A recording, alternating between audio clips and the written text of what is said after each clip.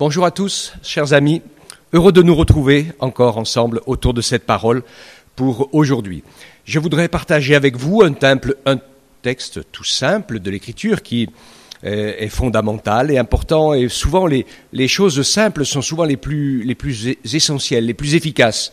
Alors, je vais lire avec vous dans l'Évangile de Matthieu, chapitre 16, les versets 13 à 20. Et on va commencer par 13 à 15. Qui est cette parole de Jésus sur la porte large et sur la porte étroite. Nous lisons ensemble. « Entrez par la porte étroite, car large est la porte, spacieux est le chemin qui mène à la perdition, et il y en a beaucoup qui entrent par là. Mais étroite est la porte, resserré le chemin qui mène à la vie, et il y en a peu qui le trouvent.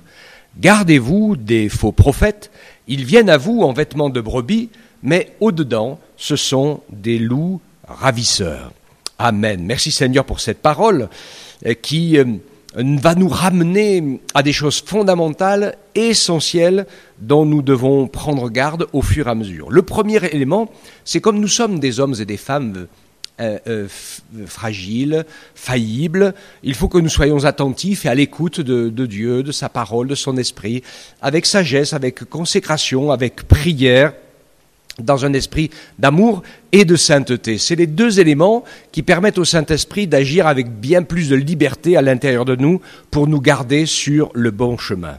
Par rapport à notre faiblesse et à nos erreurs, parfois il y a deux versets qui sont les mêmes dans le livre des Proverbes, au Proverbe 14, le verset 12 et au Proverbe 16, le verset 25. Ces deux éléments sont repris à chaque fois en nous disant « Attention, telle voie paraît droite à un homme, mais son issue, c'est la voie de la mort. » Combien de multiples expériences de vie où les gens disent « Oh là, c'est la réussite, là, j'ai gagné, là, j'ai tiré le gros lot, etc. » Et puis, ça a l'air de commencer de manière merveilleuse et ça finit d'une manière catastrophique parce que finalement, ce n'était pas du tout celui-là le bon chemin. Et par ce récit et par ce texte de l'Écriture, on comprend pourquoi le Seigneur nous avertit en disant « Attention !»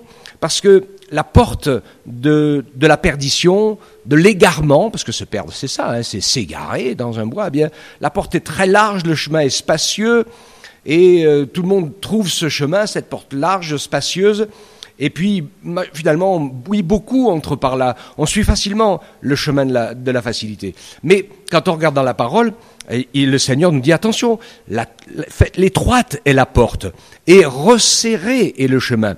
Et il y en a peu qui le trouvent. Alors je vais voir avec vous comment se mettre en protection par rapport à la facilité du chemin qui nous emmène nulle part, et pire encore, qui nous perd et parfois nous détruit, et puis en même temps voir sur ce qui concerne la porte étroite. Le premier élément sur lequel je m'arrête, c'est celui de nos paroles, de notre sagesse, de nos philosophies, de nos religions, de nos enseignements religieux, même de certains enseignements qui sont bien tirés de la Bible. Et c'est un élément clé parce que quand Jésus parle de cette porte large et de cette porte étroite, il parle directement tout de suite après de se garder des faux prophètes qui se font passer pour des brebis, qui en fait sont des loups. Et puis il va plus loin en disant « Vous les reconnaîtrez à leurs fruits ». Cueille-t-on des raisins sur des épines, des figues sur des chardons? Tout bon arbre, c'est celui qui porte de bons fruits, et le mauvais arbre porte de mauvais fruits. Un bon arbre ne peut pas porter de mauvais fruits, ou un mauvais arbre porter de bons fruits. Tout arbre qui ne porte pas de bons fruits sera coupé et jeté au feu. C'est donc à leurs fruits que vous les reconnaîtrez. Et nous allons voir ensemble que la saine doctrine de la vie chrétienne, c'est dans la pratique de notre vie chrétienne, la pratique de l'amour, la pratique de la vérité, la pratique de la sainteté, la pratique de la justice, qui sont les éléments fondamentaux qui permettent au Saint-Esprit, à l'Esprit de Dieu, d'agir dans notre cœur. Et c'est beaucoup plus lié à ces choses fondamentales de notre exemple de vie que à notre savoir, à notre connaissance, à nos théologies, et à nos philosophies. Nous découvrons avec ce texte que Jésus nous dit ici que le plus important c'est ce qui est vécu et que ce qui est vécu est plus important que ce qui est dit parce qu'on peut dire des grandes choses, on peut dire des belles choses et on peut même dire des vérités. Vous savez, quand Satan a attaqué Jésus dans le désert après 40 jours de jeûne, il risquait pas, il n'avait aucune chance de l'attaquer avec des mensonges, mais il l'a attaqué avec des vérités. mais avec des vérités dont il a déformé les objectifs, les définitions et les buts. Et c'est ça qui est tellement important. Donc, ce que je veux dire ici, oui, ce que tu vis, ce que je vis, mon vécu, ton vécu est bien plus important que ce que je dis. Et en fait, le principe biblique de la saine doctrine de la foi, comme le dirait l'apôtre Paul, eh bien, c'est la confirmation de nos dires par notre vécu. Ça s'appelle notre être, notre manière de vivre. Et ça, c'est le fruit de l'esprit, qui est suivi par le faire. C'est fondamental aussi. Ce qu'on dit et ce qu'on fait confirme ce que l'on croit.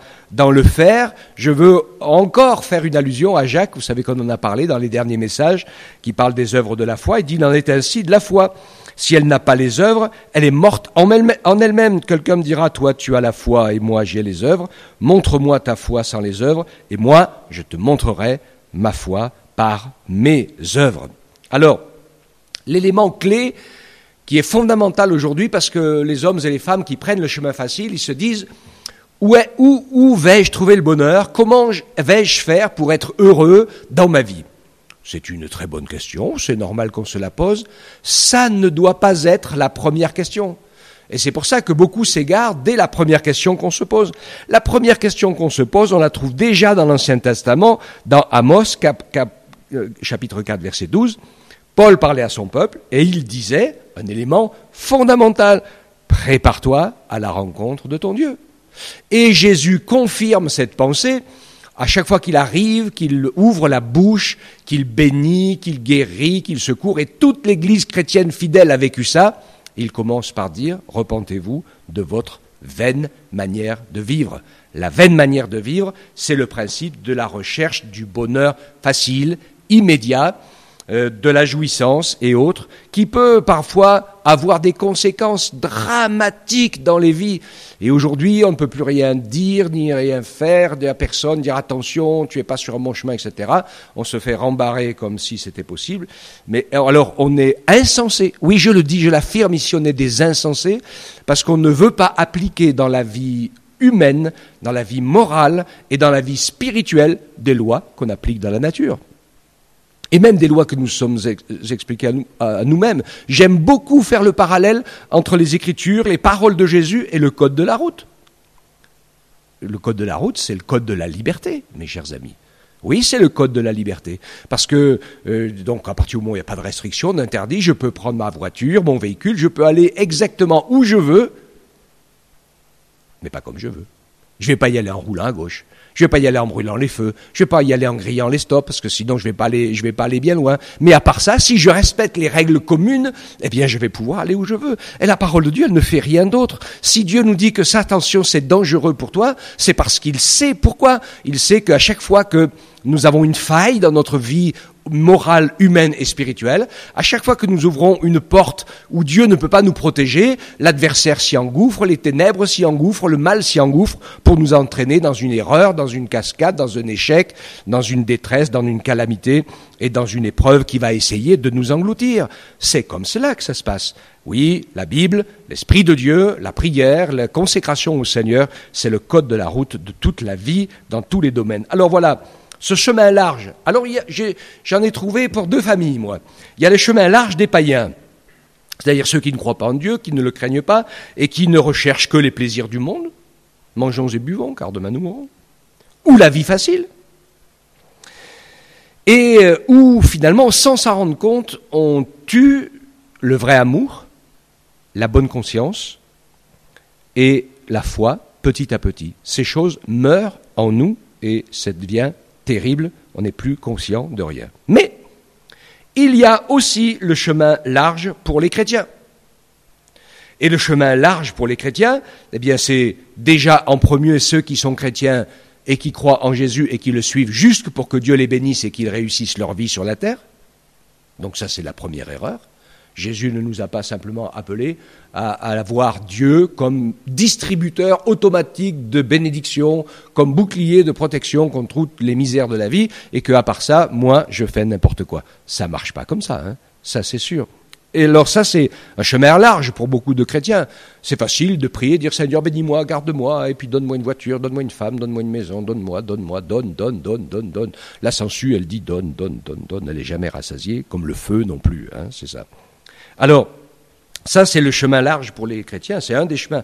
Il y en a un autre chemin large aussi, auquel on doit faire attention. C'est le chemin des discussions oisives et inutiles. Combien de prédications j'ai entendu, de messages bibliques inutiles. Paul le disait à Timothée, dans 1 Timothée 4, il disait « Ne vous attachez pas à des fables, des généalogies sans fin. Ça produit des discussions plutôt qu'elles n'avancent l'œuvre de la foi. » Et à Tite, il disait « Évite les discussions folles, les généalogies, les querelles, les disputes relatives à la loi. Elles sont inutiles et vaines. » Alors j'entends des questions, des fois des gens qui viennent me voir. Est-ce que Adam, il est au paradis? Est-ce que Salomon, il est sommé? Mais qu'est-ce que ça peut bien vous faire? J'ai dit que qu'il le soit pas, ça vous regarde même pas. Je veux dire, à la limite, l'important, la bonne question à vous poser, c'est de savoir si vous allez aller au ciel, si vous êtes sauvés. Et comment va se passer la fin du monde? Il y a des gens qui vont se lancer dans toutes sortes d'explications. La Bible nous donne un certain nombre de critères qui sont intéressantes à comprendre parce qu'on voit les choses s'organiser telles qu'elles sont écrites. Mais il y a beaucoup de gens qui sont là, ils sont super attentifs, etc., mais ils vivent toujours dans le péché.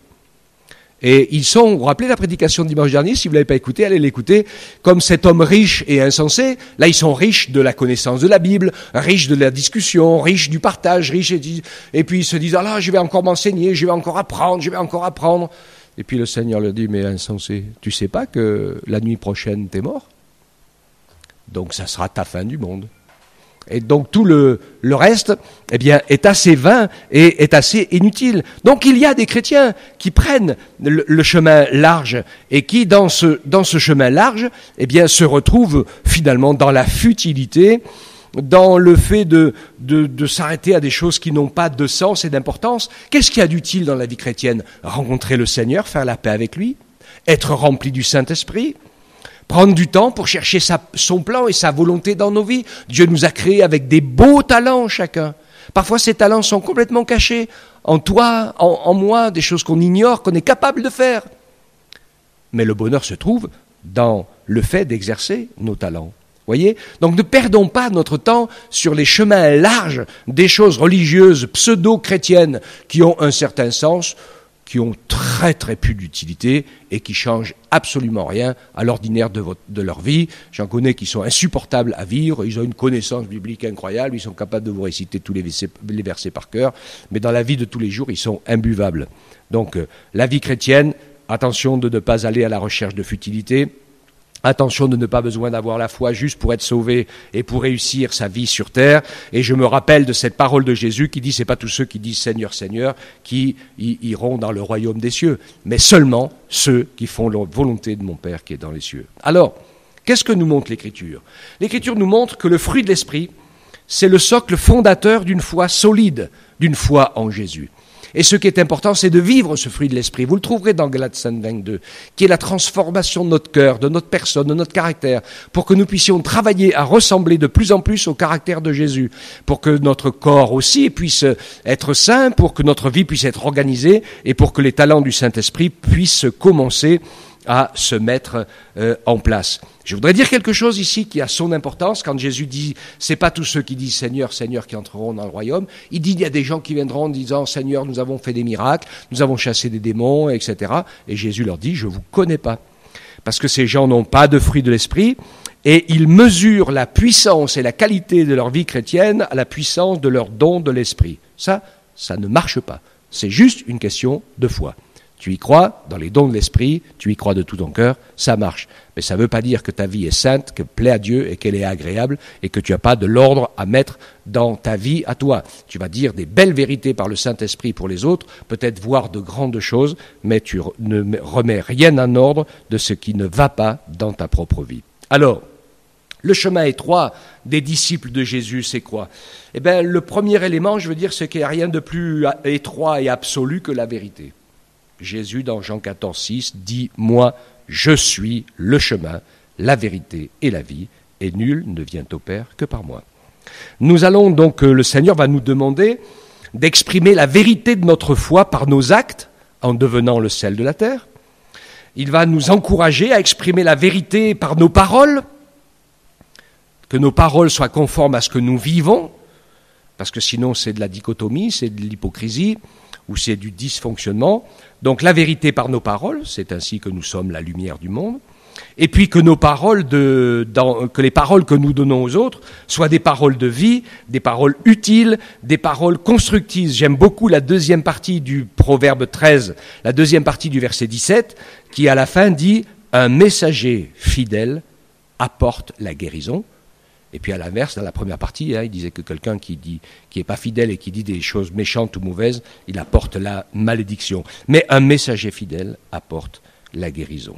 Alors mes chers amis, pour conclure, je reviens à ces deux fameux versets de Proverbes 14 et 16, où il dit « Telle voie paraît droite à un homme et son issue c'est la voie de la mort ». Nous avons besoin de laisser notre pensée, notre intelligence. Il nous est dit dans Romains 12, 1 que nous devons laisser le renouvellement de l'intelligence nous faire comprendre les choses comme Jésus veut nous les faire comprendre. Parce que quand on les comprend avec notre intelligence, on s'égare, on se perd, on se fourvoie. On croit qu'on va au bon endroit, on croit qu'on a fait le bon choix. Je me rappelle, je partageais avec quelqu'un de ma famille qui est là, il me rappelait un don spirituel d'une dame qui est venue, une chrétienne, qui par accident était venue dans son église, et puis lui, voilà, le Seigneur lui a donné une parole, quelque chose, il dit tout simple, il dit tu as un classeur rouge, c'est un contrat que tu dois signer, à la page 4, il y a une clause que tu n'as pas lue, si tu la lis, cette clause, et si tu signes ce contrat, eh bien tu vas perdre tout ce que tu as.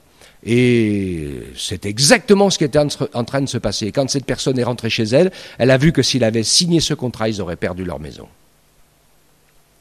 Comme quoi, c'était impressionnant. Elle était convaincue que c'était une opportunité justement de changer de maison, de réorganiser, d'aller plus loin dans leur vie. Elle n'avait pas vu le piège. Mais heureusement qu'elle était à l'écoute du Seigneur. C'était quelqu'un de fidèle, de sincère, qui était à l'écoute de Dieu. Et le Seigneur l'a secourue et ne l'a pas laissé s'égarer.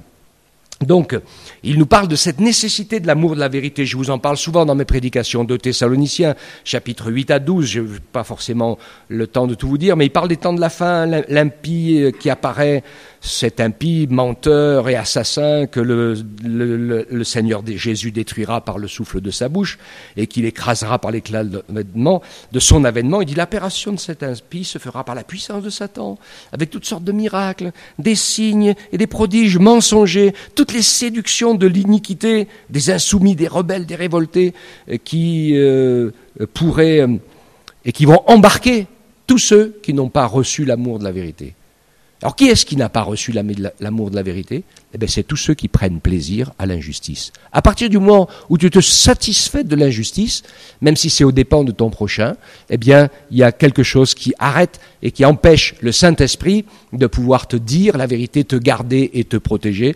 Et donc, si tu es pas sincère, si tu es pas droit en toi, si tu ne marches pas comme il faut, eh bien, le Seigneur ne peut pas t'éclairer, t'avertir et te protéger. Tu as des portes ouvertes au chemin du mensonge. Alors, ce que je veux dire ici, le Seigneur nous le dit, premier élément, prépare-toi à la rencontre de ton Dieu, parce qu'aucun de nous ne peut savoir combien de jours ou même combien d'heures il nous reste à vivre. Ça, c'est fondamental, c'est essentiel. Et puis, prie le Seigneur pour qu'il t'inspire pour le servir, bénis les autres, transforme ta foi en action concrète, pratique, ou en parole ou en encouragement, pour savoir que c'est comme ça que le Seigneur nous demande de nous bénir, de nous encourager, vers l'un, vers l'autre, vers son prochain, jusque même vers son ennemi, puisqu'il nous demande, si ton ennemi a faim, donne-lui à manger, si tu vois que son animal souffre, aide-le, etc. C'est impressionnant jusqu'où va la parole, c'était même dans la loi ça, hein, si l'animal de ton ennemi croule sous la charge, aide-le à en décharger. Et ainsi deviens, c'est vraiment ma prière pour moi perso, parce que j'en ai besoin. Et pour toi, mon ami, qui écoute et qui est là, eh bien, deviens aussi ce messager fidèle qui apporte la guérison. Après, il y a une clé toute simple et complètement humble. De même que Jésus ne peut pas guérir quelqu'un qui n'est pas malade. Il faut être malade pour être guéri. C'est une réalité. Alors là, vous allez me dire, c'est facile. Ben, Jésus disait la même chose aux religieux. Je ne peux pas sauver des gens qui savent pas, qui veulent pas croire et qui n'ont pas compris qu'ils étaient perdus. Je ne peux pas sauver quelqu'un qui dit non, je ne suis pas perdu, tout va bien. Mais Jésus nous dit que sans l'avoir reçu comme Sauveur et Seigneur, sans le suivre et marcher dans le chemin, nous sommes tous perdus. Donc c'est à nous d'écouter cette parole, de nous laisser toucher par le Saint-Esprit, et en même temps que le Saint-Esprit va nous convaincre que nous sommes des pécheurs, et que nous donnons notre vie à Jésus, le Saint-Esprit va nous convaincre que nous sommes pardonnés, que nous sommes graciés, que le Seigneur, par son sang, a écrit notre nom dans le livre de vie. C'est une réalité, elle est toute simple, c'est indiscutable, c'est ce que le Saint-Esprit fait dans la vie de tous ceux qui viennent repentants aux pieds de Jésus pour être sauvés et rachetés. Et puis il ne faut pas en rester là, il faut prendre, après avoir pris la porte étroite, il faut prendre le chemin étroit de la consécration, de l'obéissance, pour que notre vie rentre dans les clous de ce que Jésus attend, afin que le Seigneur puisse permettre à notre vie de s'épanouir, que nos talents puissent être mis en action, que nous puissions exercer les dons de l'Esprit, que nous puissions entrer dans les services et les ministères que Dieu nous a préparés, parce que ça, ce sont les choses qui bénissent aujourd'hui et qui durent pour l'éternité. Le reste, vous savez, on laissera tout ici. Que Dieu nous fasse la grâce de ne pas nous laisser emporter par le chemin large et la porte large de la facilité, où chacun fait ce qui lui semble bon, mais que nous puissions placer notre regard, notre corps, notre âme et notre esprit et notre foi sur la personne de Christ. Il va nous entraîner par la porte étroite, et cette porte étroite, elle mène à la vie, et à la vraie vie, et à la vie éternelle. Que Dieu vous bénisse, suivez ce chemin, et marchez-y au nom de Jésus. Amen. Seigneur, tu bénis tous mes auditrices et auditeurs. Tu nous aides ensemble, Seigneur, à ne pas perdre de temps, même dans parfois des choses chrétiennes, mais qui n'ont pas d'utilité.